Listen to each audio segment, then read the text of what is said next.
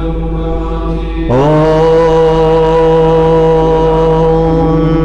नमः शिवाय। ओम नमः शिवाय। ओम नमः शिवाय। सर्वमंगलमांगल्ये शिवे सर्वार्थसाधिके शरण्ये त्र्यंबके गौरी जय नारायणी नमोस्तुते। ओम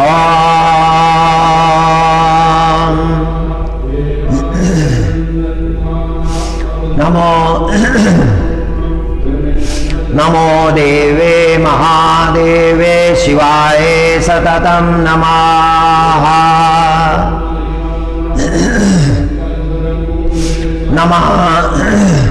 नमः प्रकृति भद्राय नियता प्रणतास्मताम्। नमो देवे महादेवे शिवाय सततं नमः। नमः प्रकृते भद्राय नियताः प्रणताः स्मताम्। तामाग्निवर्णां तपसा ज्वलन्ति वैरोचनी कर्मफलेषु जुष्टाम्।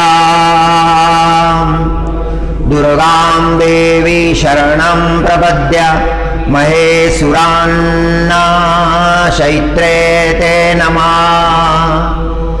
देवी वाचमजनयन्त देवास्तां विश्वरूपा पशवो वदन्ति।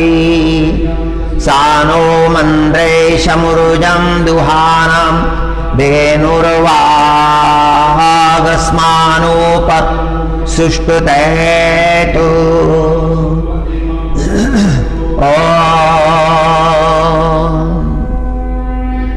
देवी अथर्व शीर्ष में देवों ने प्रार्थना की है,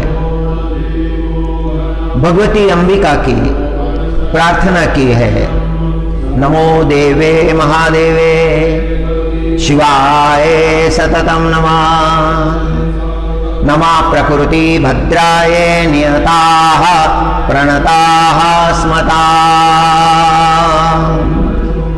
देवों की प्रार्थना है, उन्होंने देवी को नमस्कार किया है।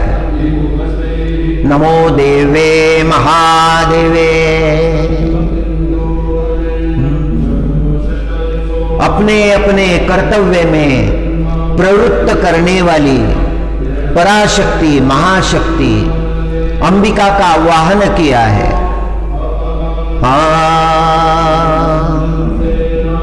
गुणसाम्यावस्थारूपिणी मंगलमयी देवी को नमस्कार है। नियमयुक्त होकर हम उन्हें प्रणाम करते हैं। उन अग्नि के से वर्ण वाली, जिसका वर्ण अग्नि जैसा है, जो ज्ञान रूप तेज से जगमगाने वाली है, दीप्तिमती है, कर्म फल प्राप्ति के हेतु जिसका सेवन किया जाता है, जिसके शरण में जीव जाते हैं, उस दुर्गा देवी को हम वंदन करते हैं। देवों ने प्रार्थना की है। ओम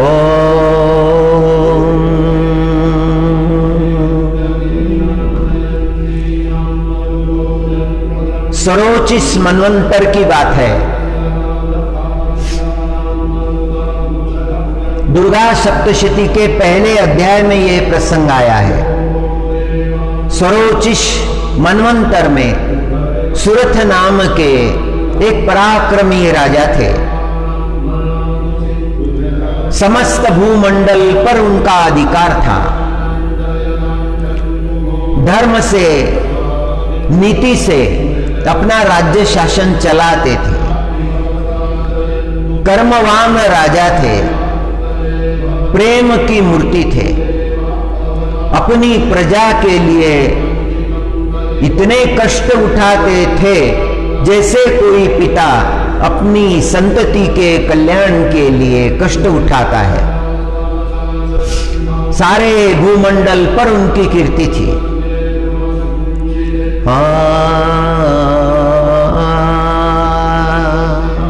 एक बार उनके राज्य पर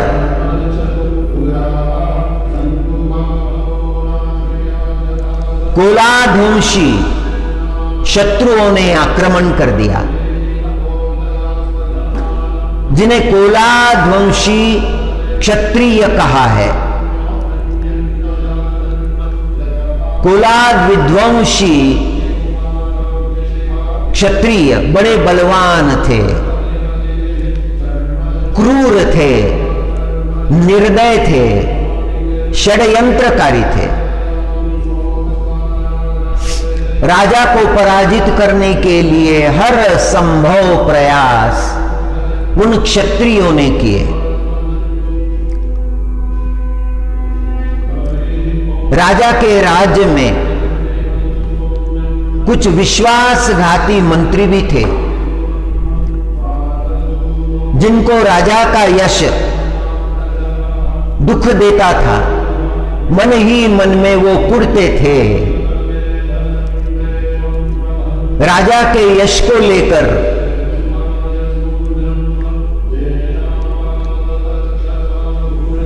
कोला विध्वंसी क्षत्रियों ने उन मंत्रियों को अपनी ओर मिला लिया और राजा के राज्य पर आक्रमण किया। वैसे तो अनेक आक्रमण किए थे, किंतु इस बार का जो आक्रमण था वो बहुत शक्तिशाली था और उन शत्रुओं के सामने राजा की पराजय हो गई। राजा का राज्य घटने लगा। जिस मंत्री के जो हाथ लगा वह उस मंत्री ने हड़प लिया। धीरे धीरे धीरे राजा की अवस्था बड़ी क्षीण हो गई। राज्य कमजोर हो गया। अब राज्य रहा ही नहीं। राजा के जो मित्र थे वो राजा का तिरस्कार करने लगे। जो रिश्तेदार थे वह भी धिक्कार करने लगे। जो भी राजा का धन था वो सारा धन लुट गया। राजा बड़ा दुखी हुआ। राजा वन में घूमते घूमते घूमते एक आश्रम के पास आया। उसने सुंदर आश्रम दिखा वन में। वहां मेधा नाम के ऋषि तपश्चर्या कर रहे थे। राजा ने भीतर जाकर मेधा ऋषि से आश्रय मांगा।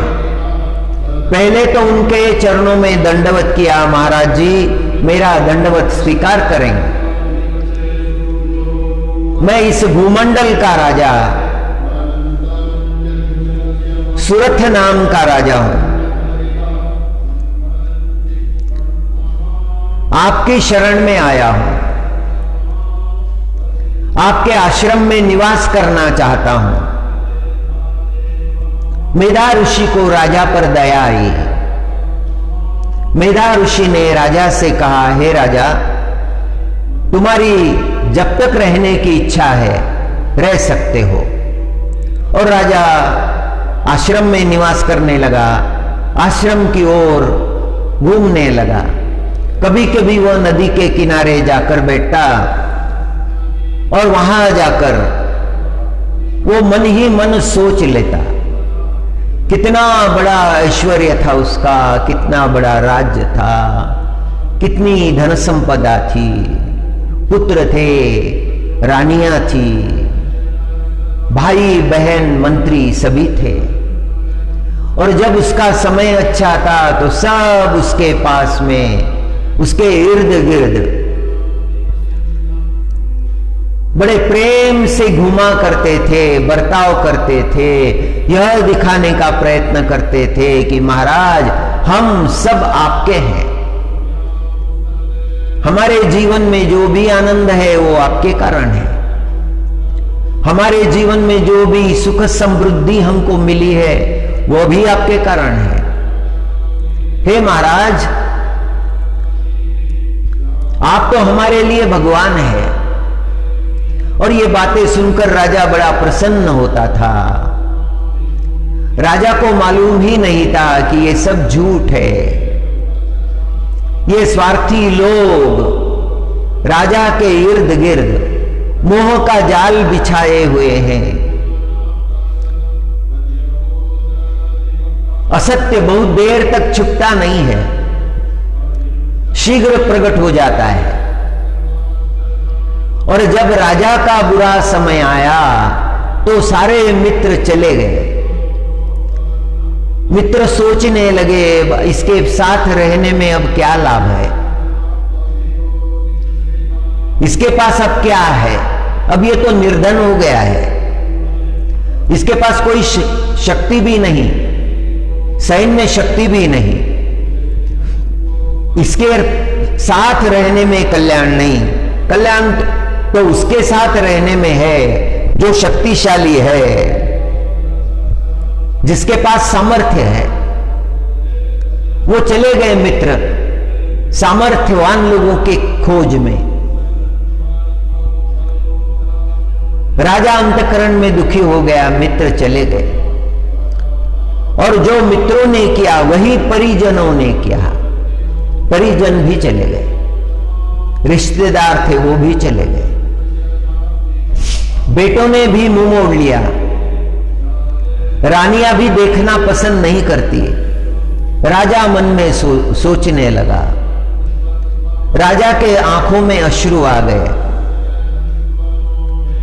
ममता रुलाती है।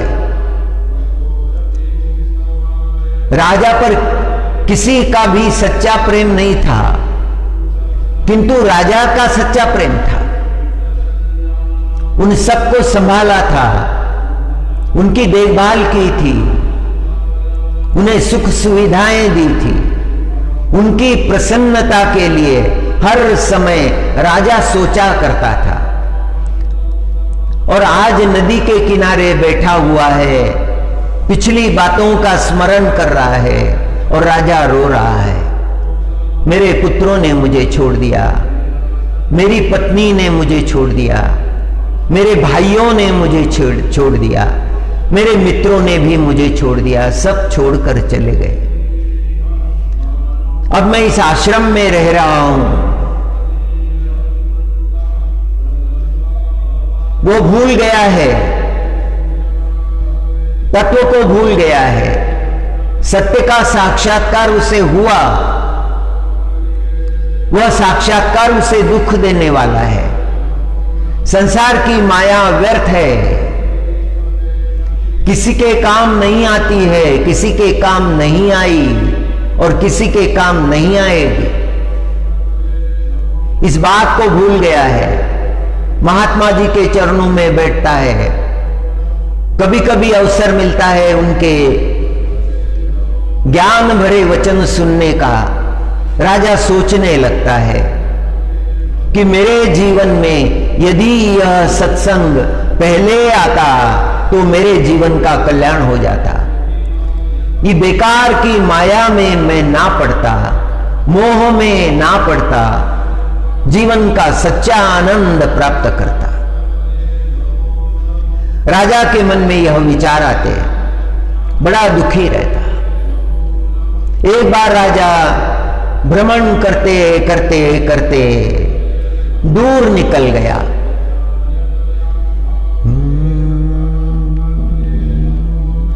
और उसी वन में राजा ने एक वैश्य देखा। उस वैश्य का नाम है समाधि। समाधि वैश्य को देखकर राजा के मन में विचार आया कि इससे बात करनी चाहिए, सज्जन लगते हैं। समाधि वैश्य के पास राजा आया। समाधि वैश्य ने राजा को वंदन किया। दोनों परस्पर मिले। राजा ने अपना दुख सुनाया, समाधि वैश्य ने अपना दुख सुनाया। राजा ने सुनाया कि हे भाई, मुझे मेरे लोगों ने ही बहिष्कृत किया है। मेरा सारा राज्य छीना जा चुका है, धनकोष लूटे जा चुके हैं। जिसके जो हाथ में आया उसने वो हथिया लिया। मेरे मित्रों ने, मेरे भाइयों ने, मेरे पुत्रों ने, मेरी पत्नियों ने, सबने मेरा तिरस्कार किया है। आज मैं वन में यहां पर चिंतातुर अवस्था में अपना जीवन बिता रहा हूं। संसार ने तो दूर धकेल दिया है, किंतु अंतकरण का संस्कार गया नहीं। जो संस्कार है अंतकरण में, संसार के संस्कार, मनुष्य के मन पर जहां वह रहता है वहां के संस्कार पड़ते हैं। जिन लोगों की संगति में रहता है उन लोगों की संगति का भी प्रभाव उसके जीवन पर पड़ता है, सूक्ष्म रूप से, प्रत्यक्ष रूप से। बड़ा सावधान रहना पड़ता है। संग दुखदाई होता है। राजा अपनी कथा सुनाने लगा, कैसे अपने ही लोगों द्वारा, अपनों द्वारा ही कैसे प्रताड़ित हुआ है, कैसे दुख प्राप्त किए हैं। राजा का कहना पूरा होने के बाद में फिर समाधि वैश्य ने कहा कि राजा, जो दुख आपका है वह मेरा भी है, मेरा भी वैसा ही दुख है। मैं एक व्यापारी, मैंने बहुत धन कमाया, पत्नी के लिए, पुत्रों के लिए, भाइयों के लिए, मित्रों के लिए, सभी के लिए। सभी ने मेरा विश्वासघात कर लिया है, मेरा धन लूट लिया है। मैं निर्धन हो गया हूं और निर्धन होने के बाद में सभी ने मेरा त्याग कर दिया। मेरे मित्रों ने भी मुझे छोड़ दिया है, आप्तजनों ने छोड़ दिया है, पुत्रों ने छोड़ दिया, पत्नी ने छोड़ दिया, सभी ने मुझे बहिष्कृत कर दिया। अभी मैं इस वन में आया हूं, सोच रहा हूं मैं क्या करूं। अब मेरे पास कोई मार्ग नहीं रहा, अभी वृद्धावस्था भी आ गई है, विश्वासघात भी बहुत बड़ा हुआ है। शास्त्र का एक वचन है कि किन किन के पाप प्रभु कृपा से क्षमा हो सकते हैं। ब्रह्म हत्या का पाप प्रभु की यदि कृपा हो जाए तो क्षमा हो जाता है। मद्यपी का पाप भी क्षमा हो सकता है, चोर का पाप भी क्षमा हो सकता है। ये पाप करने नहीं चाहिए, ये कभी करने नहीं चाहिए। जीवन में कभी भी ब्रह्म हत्या ना घड़े। मनुष्य कभी भी मद्यपी ना बने, चौर्य कर्म ना हो, किसी के व्रत में कोई अवरोध निर्माण ना करें, किसी का विश्वासघात ना करें। जिसने हम पर विश्वास रखा है उस विश्वास को जागना परम कर्तव्य है, श्रेष्ठ कर्तव्य है। विश्वासघात का पाप कभी क्षमा नहीं होता। जो किसी का विश्वासघात करता है, धन अपहरण करता है, संपत्ति का अपहरण करता है, भूमि का अपहरण करता है, वह महापाप का भागी होता है। महापाप उसे भोगना पड़ता है।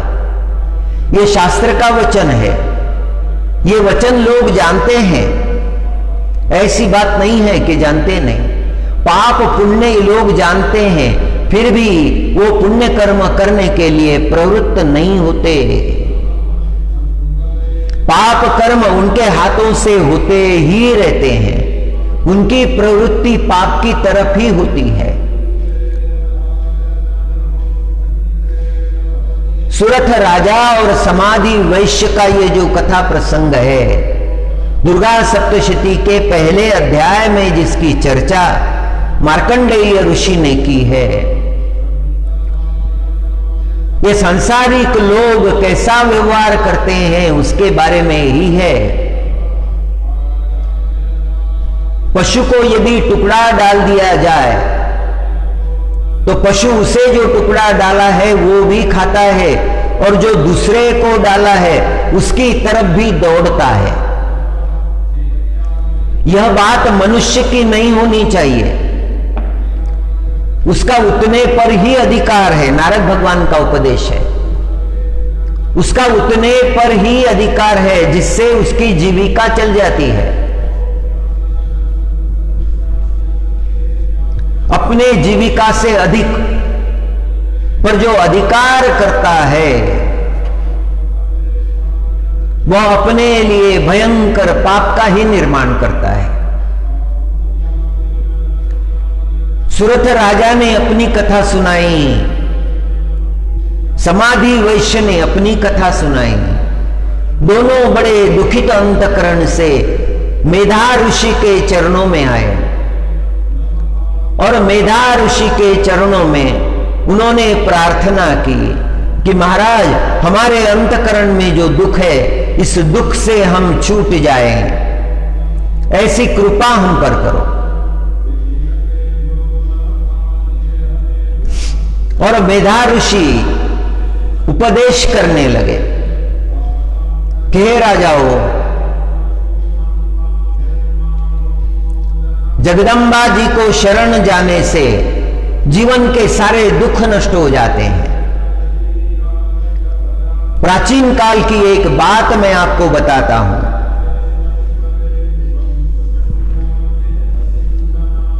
श्री नारायण भगवान के प्रभाव से मधु और कैटभ नाम के दो दैत्य प्रकट हुए थे। मधु नाम का जो दैत्य था उसका तांबे जैसा वर्ण था, शहद जैसा वर्ण था, और कैटभ जो था उसका चांदी जैसा वर्ण था। कैटभ चांदी जैसा था और मधु नाम का दैत्य शहद जैसा था। भगवान की कृपा से ही जन्म हुआ था, किंतु जैसे जैसे वे बड़े होने लगे उनके अंतकरण में दुर्भावनाएं जागने लगी और उन दुर्भावना के अनुसार जगत को सताने का वो काम करने लगे। उन्होंने घोर तपश्चर्या की, वरदान प्राप्त कर लिया।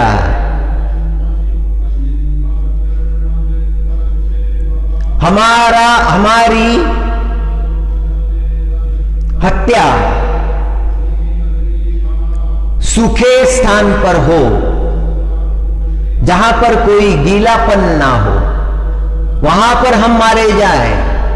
पहले तो अमरत्व मांगा था, ब्रह्मा जी ने कहा कि नहीं, अमरत्व नहीं दिया जा सकता,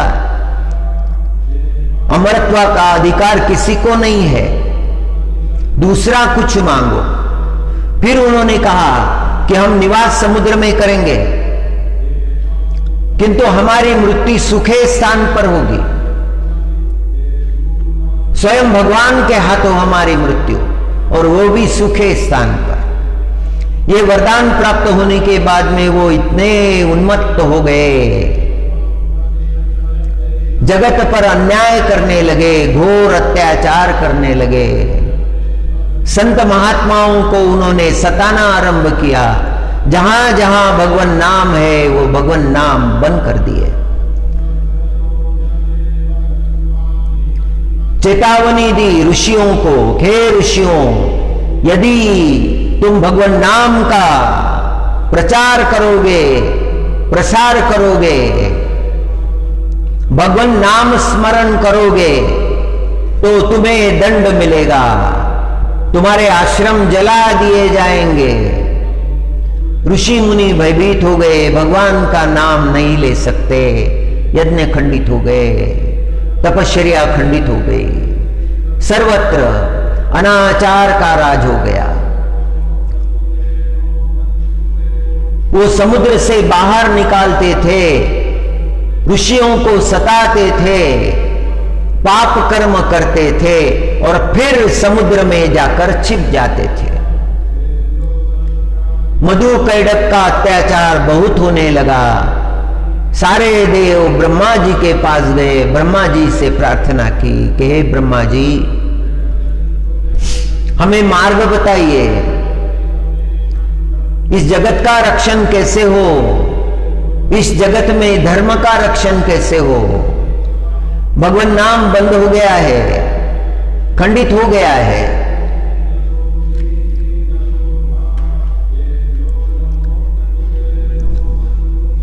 पाप का प्रभाव जगत में बढ़ गया है।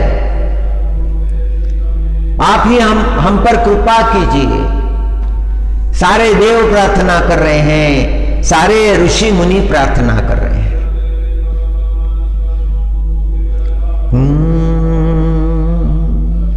ब्रह्मा जी भी चिंता में पड़ गए। ब्रह्मा जी कहने लगे कि हमें नारायण के पास जाना चाहिए, श्री नारायण भगवान से प्रार्थना करनी चाहिए। जगत का परित्राण वही कर सकते हैं। और सारे देवों को, ऋषि मुनियों को लेकर ब्रह्मा जी क्षीर सागर गए, जहां पर नारायण भगवान शयन कर रहे थे। भगवान से प्रार्थना करने लगे, हे प्रभु, जगत पर बहुत बड़ा संकट आया है। मधु और कैटभ नाम के दैत्यों ने बहुत बड़ा संकट निर्माण किया है। अब हम पर कृपा होनी चाहिए।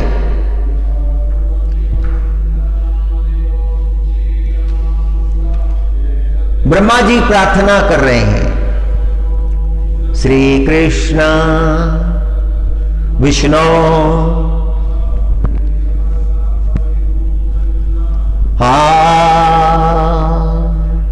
श्री कृष्ण विष्णु मधु कैटभारे भक्तानुकंपिन भगवन् मुरारे त्रायस्व मां केशव लोकनाथ गोविंद दामोदर माधवेति। श्री कृष्ण विष्णु मधु कैटभारे भक्तानुकंपिन भगवन् मुरारे। भक्तों पर अनुकंपा करने वाले हे परमात्मा, हे श्री कृष्ण, हे विष्णु, हे नारायण, मधु और कैटभ जैसे दैत्यों का संहार करने वाले, भक्तों का परित्राण करने वाले परमात्मा। सारा जगत त्रस्त हो गया है, परेशान हो गया है। यह प्रार्थना करने लगे। नारायण भगवान प्रसन्न हुए और नारायण भगवान ने कहा कि हे देवों, हे ऋषियों, हे मुनियों, मैं तुम्हारा कार्य सिद्ध करूंगा। पहले तो योग निद्रा के अधीन थे। ब्रह्म भगवान ने प्रार्थना की थी, महामाया को प्रार्थना की थी, और फिर नारायण भगवान ने आंखें खोली थी। वह माया महामाया सब करने वाली है। वह जगत की पालन करती है, वह अंबिका। नारायण भगवान प्रार्थना करने लगे, महामाया की प्रार्थना करने लगे, ब्रह्म भगवान प्रार्थना करने लगे। बड़े सुंदर श्लोक है, सप्तशती के पहले अध्याय में है। ब्रह्मोवाच त्वं स्वाहा त्वं स्वधा त्वं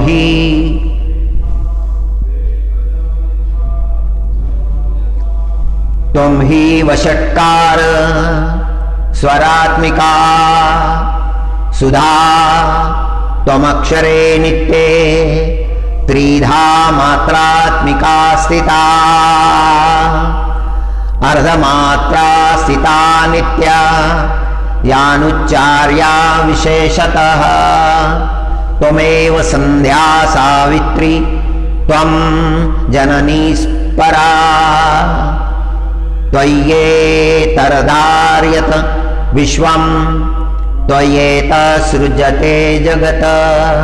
ब्रह्मा जी प्रार्थना कर रहे हैं कि हे अंबिका, हे भवानी, हे महामाया, इस जगत को निर्माण करने वाली तुम हो, इस जगत का परिपालन करने वाली तुम हो, इस जगत का संसार करने वाली तुम हो। ब्रह्मा को जगत सृष्टि की शक्ति तुम देती हो। तुमने जो शक्ति ब्रह्मा जी को दी है, सृष्टि रचने की शक्ति, उसी शक्ति से ब्रह्मा सृष्टि रचते हैं। तुमने जो शक्ति नारायण भगवान को जगत पालन करने की दी है, उसी से नारायण भगवान जगत का पालन करते हैं, सभी जीवों को अन्न देते हैं, उनका रक्षण करते हैं। और तुम्हारी दी हुई संहारिका शक्ति के आधार पर शिव भगवान जगत का संहार करते हैं। तुम धारण करती हो, तुम पालन करती हो और तुम ही संहार करती हो। ब्रह्मा जी स्तुति करने लगे।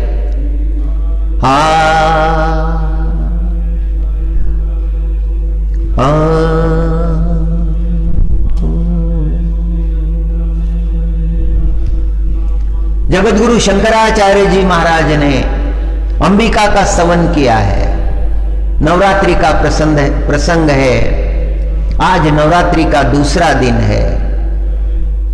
ओम ऐगिरि नंदिनी नंदित मेदिनी विश्व विनोदिनी नंदनुते ऐगिरि नंदिनी नंदित मेदिनी विश्व विनोदिनी नंदनुते।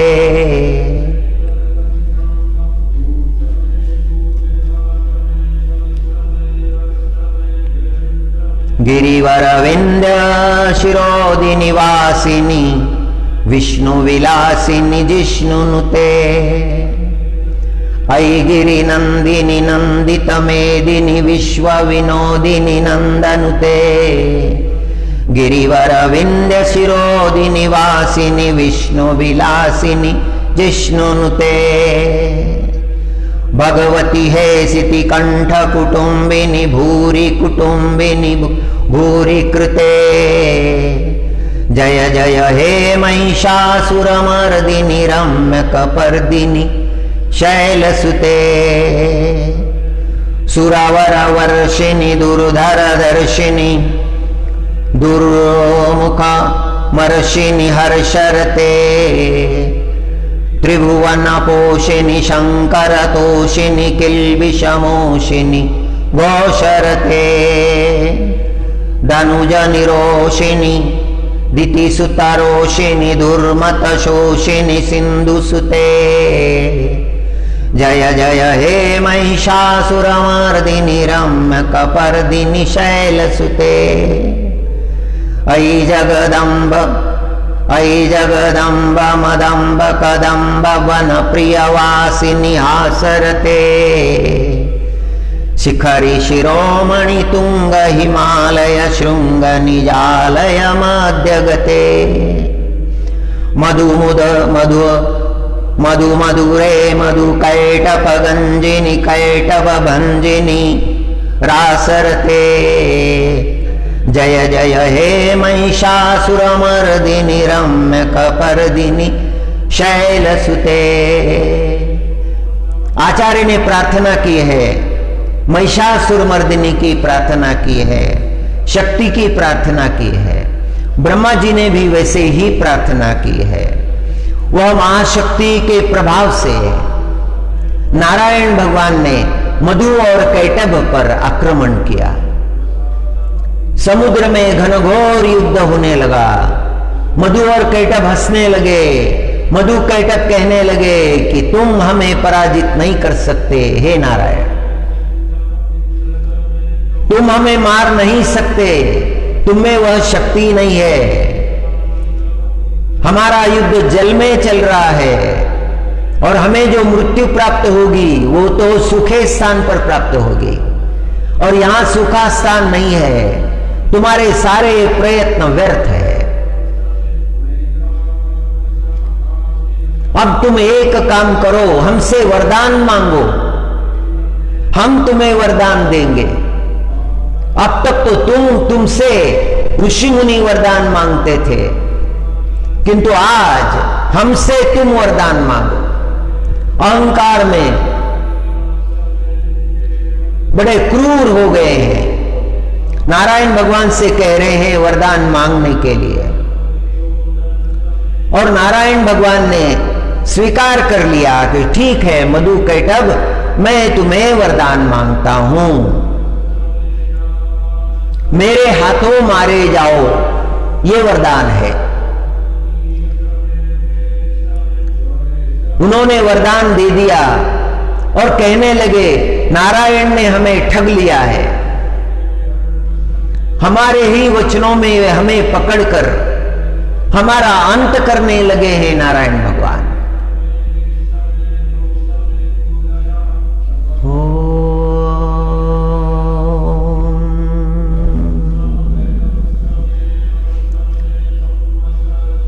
दोनों के सिर नारायण भगवान ने अपनी गोद में रख लिए और स्वयं का स्वरूप इतना विराट कर लिया। मधु कैटभ की समझ में आया कि प्रभु ने अपना स्वरूप विराट बना लिया है, समुद्र से भी ऊपर आ गए हैं। उनकी गोद का जो स्थान है वो तो गीला नहीं है, वो सूखा है। नारायण भगवान ने चक्र चला दिया और मधु और कैटभ का अंत किया, संसार का परित्राण किया। सभी देवों को शक्ति प्रदान करने वाली वह अंबिका है। उस अंबिका का महात्म्य दुर्गा सप्तशती के प्रथम अध्याय में आया है। ओम सर्वमंगल मांगल्ये शिवे सर्वार्थ साधिके शरण्ये त्र्यंबके गौरी जय नारायणी नमोस्तुते। हरि हरि। देवी भागवत में एक प्रसंग आया है। भगवान वेद व्यास नदी के किनारे बैठे हुए थे, एकांत में बैठे हुए थे। उनका चित्त बड़ा उदास था, उदास चित्त से वहां बैठे हुए थे। थोड़ी देर बाद उन्होंने एक गौरैया देखी।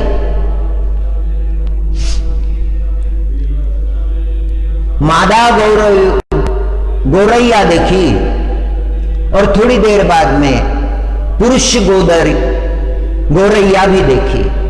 दोनों गौरैया वहां पर कूजन कर रहे थे। छोटे छोटे पंछी कूजन कर रहे थे और अंडे से अभी अभी बाहर वो शिशु, छोटा सा बच्चा, वो बाहर निकल रहा था। गौरैया को भी आनंद हुआ और पुरुष गौरैया को भी आनंद हुआ और दोनों बड़े प्रसन्न थे। व्यासो नारायण भगवान ने देखा और व्यासो नारायण भगवान सोचने लगे, संतति का जन्म माता पिता के लिए बड़ा आनंददायी होता है। गौरैया का प्रसंग देखा, गाय के बछड़े का प्रसंग देखा। वो देखने के बाद में व्यासो नारायण भगवान के अंतःकरण में यह विचार आया कि संतति बिना कुल का उद्धार नहीं होता है। ये जो वचन है ओम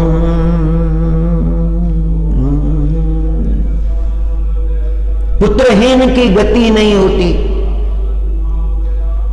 ये उन्होंने सुना था, उसके बारे में सोच रहे थे।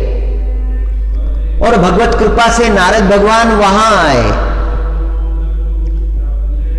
और नारद भगवान ने देखा कि व्यासो नारायण दुखी है। नारद भगवान ने पूछा, हे मुनिवर, क्या दुख है आपका? और व्यासो नारायण भगवान ने कहा कि गोरैया के शावक का प्रसंग मैंने देखा। संतति का जन्म होने के बाद में माता पिता को बड़ी प्रसन्नता हुई। गाय के बारे में भी मेरे वही अनुभव है। क्या संतति ही कुल का उद्धार करती है? नारद भगवान ने कहा कि संसारियों के लिए तो श्राद्ध तर्पण का काम संतति ही करती है, किंतु इसके सूक्ष्म अर्थ बहुत अलग है। हे मुनिवर, आपको इसकी चिंता करने की आवश्यकता नहीं। जिस कुल में साधु का जन्म होता है वह कुल वैसे ही तर जाता है, उस कुल को कोई बंधन नहीं रहता।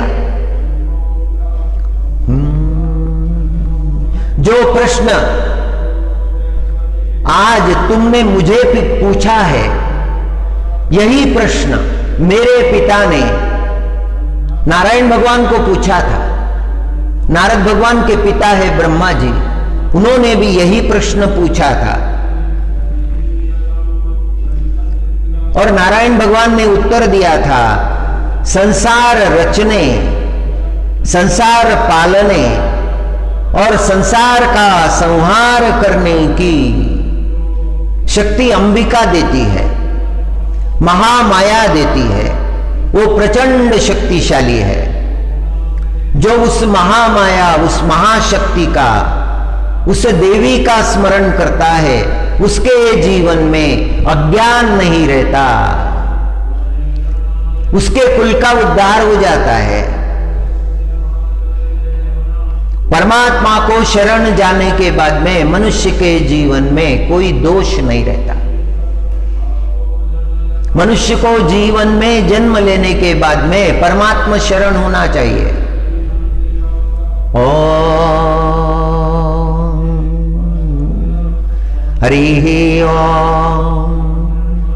ब्रह्मा जी ने प्रार्थना की, त्वं स्वाहा त्वं स्वधा त्वं ही वषट्कार स्वरात्मिका सुधा त्वमक्षरे नित्ये त्रिधा मात्रात्मिका स्थिता अर्धमात्रा स्थिता नित्या यानुच्चार्या विशेषतः।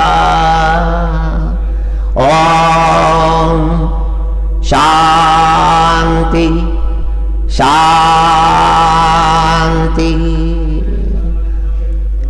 ओम सर्वे वै देवा देवीमुपस्तु कासि त्वं महादेवेति सा ब्रवीताहं ब्रह्मस्वरूपिणी मत्ता प्रकृति पुरुषात्मकं जगत् शून्यं च अहमानन्दानानन्दो अहं विज्ञान विज्ञाने अहं ब्रह्मा ब्रह्मणि वेदितव्ये अहं पंचभूतान्य पंचभूतानि अहमखिलं जगत् वेदोहं वेदोहं विद्याहं विद्याहं अजाहमनजाहं अधश्चोर्ध्वं च तिरक्चाहम् अहं रुद्रेभिर्वसुभिश्चरामि अहमादित्यैरुतविश्वदेवे अहं मित्रावरुणौभौ बिभर्मि अहमाहमीन्द्राग्नि अहमाश्विनौभौ अहं सोमं त्वष्टारं भूषणं भगं दधामि अहं विष्णोमुरुक्रमं ब्रह्माणमूता प्रजापतिं दधामि अहं ददामि द्रविणं हविष्मत्ते सुप्रावे यजमानाय सुन्वते अहं राष्ट्रे संगमनि वसूनां चिकितुषी प्रथमा यज्ञानां अहं सुवे पितरमस्य मूर्धन्मम योनिरप्सन्त समुद्रे य एवं वेद स देवी सम्पदमाप्नोति ते देवा अब्रुवन् नमो देवे महादेवे शिवाय सततं नमः नमः प्रकृति भद्राय नियता प्रणता स्मतां दामाग्निवर्णा तपसा ज्वलन्ति वैरोचनी कर्मफलेषु जुष्टां दुर्गां देवी शरणं प्रपद्य महेसुरान्न शैत्रे ते नमः देवीं वाचामजयन्त देवास्तां विश्वरूपा पशवो वदन्ति सा नो मन्त्रेशमुरुजं दुहानां धेनुर्वागस्मानोपसुष्टतेतु कालरात्रि ब्रह्मसुतां वैष्णवी स्कन्दमातरं सरस्वतीम् अदितिं दक्षदुहितरं नमः पावनानां शिवां महालक्ष्मै च विद्महे सर्वशक्ते च धीमहि तन्नो देवी प्रचोदयात् अदितिर्हाजनिष्ठ दक्षया दुहिता तव तां देवा अन्वजायन्त भद्रा अमृतबन्धव कामो योनि कमला वज्रपाणिर् गुह्यहसा मातरिश्वा ब्रह्मेन्द्रः पुनर्गुहा सकला मायया च पुरुषैषा विश्वमातादिविद्या एषात्मशक्ति एषा विश्वमोहिनी पाशाङ्कुशधनुर्बाणधरा एषा श्रीमहाविद्या य एवं वेद स शोकं तरति नमस्ते अस्तु भगवती मातरस्मान् पाहि सर्वदा शैषाष्टो वसव शैषाकादश रुद्राः शैषा द्वादशादित्या शैषा विश्वदेवाः सोमपा सोमपाश्च शैषा यातुधाना असुरा रक्षांसि पिशाच्च यक्षा सिद्धाः शैषा सत्वरजस्तमासि शैषा ब्रह्मा विष्णु रुद्ररूपिणी शैषा प्रजापतीन्द्रमनवः शैषा ग्रहनक्षत्रज्योतिषी कला काष्ठादिकालरूपिणी तामहं प्रणमो नित्यं पापापहारिणी देवी भुक्तिं मुक्तिप्रदायिनीम् अनन्ता विजया शुद्धां शरण्या शिवदा शिवा वियदीयकार संयुक्तं वीतिहोत्रा समन्वितम् अर्धेन्दुलसितं देव्या बीजं सर्वार्थसाधनम् एवमेकाक्षरं ब्रह्म यतया शुद्धचेतसाः ध्यायन्ति परमानन्दमया ज्ञानाम्बुराशया वाङ्माया ब्रह्मा सुस्तस्मात् षष्ठं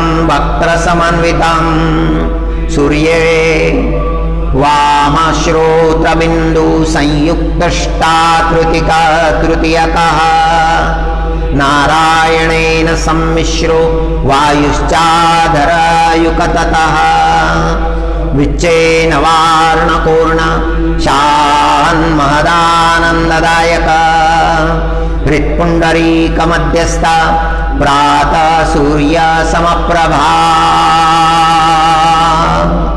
हरि ओम पाशाङ्कुशधरा सौम्य वरदा भयस्तकां त्रिनेत्रां रक्तवसना भक्तकामादुधां भजे नमामि त्वां महादेवी महाभयविनाशिनीं महादुर्गप्रशमनी महाकारुण्यरूपिणीं यस्या स्वरूपं ब्रह्मादयो न जानन्ति तस्मादुच्यते अज्ञेया यस्यान्तो न लभ्यते तस्मादुच्यते अनंता यस्या लक्ष्यं नोपलक्ष्यते तस्मादुच्यते अलक्षा यस्या जननं नोपलभ्यते तस्मादुच्यते अजा एकेव सर्वत्र वर्तते तस्मादुच्यते का एकेव विश्वरूपिणी तस्मादुच्यते नैका अतएव उच्यते अज्ञेयानन्ता लक्षाजेकानेकेति मंत्राणां मातृका देवी शब्दानां ज्ञानरूपिणी ज्ञानानां चिन्मयातीता शून्यानां शून्यसाक्षिणी यस्या परतरं नास्ति शैषा दुर्गा प्रकीर्तिता तां दुर्गां दुर्गमां देवी दुराचार विघातिनीं नमामि भवभीतोऽहं संसारार्णवतारिणीम् इदमाथर्वशीर्षं योदिते सह पञ्चाथर्वशीर्ष जप फलमाप्नोति इदमाथर्वशीर्षं ज्ञात्वा योर्चा स्थापयति शतलक्षं प्रजत्वापि सोर्चा सिद्धिं न विन्दति शतमष्टोत्तरं चास्य पुरश्चर्या विधिस्मृता दशवारं पठेद्यस्तु सद्य पापे प्रमुच्यते महादुर्गा नितरति महादेव्या प्रसादता सायं धियानो दिवसकृतं पापं नाशयति प्रातर्धियानो रात्रिकृतं पापं नाशयति सायं प्रातः प्रयुञ्जानो अपापो भवति निशिते तुरीयसन्ध्यानां जप्त्वा वाक्सिद्धिर्भवति नूतनायां प्रतिमायां जप्त्वा देवता सन्निधं भवति प्राणप्रतिष्ठायां जप्त्वा प्राणानां प्रतिष्ठा भवति भौमा शून्य महादेवी सन्निध्यो वा जप्ता महामृत्युं तरति स महामृत्युं तरति एवं वेद ॐ शान्ति शान्ति शान्तिः सर्वमङ्गलमाङ्गल्ये शिवे सर्वार्थसाधिके शरण्ये त्र्यंबके गौरी जय नारायणी नमोस्तुते। ओम श्री अंबिका चरणार्पणमस्तु।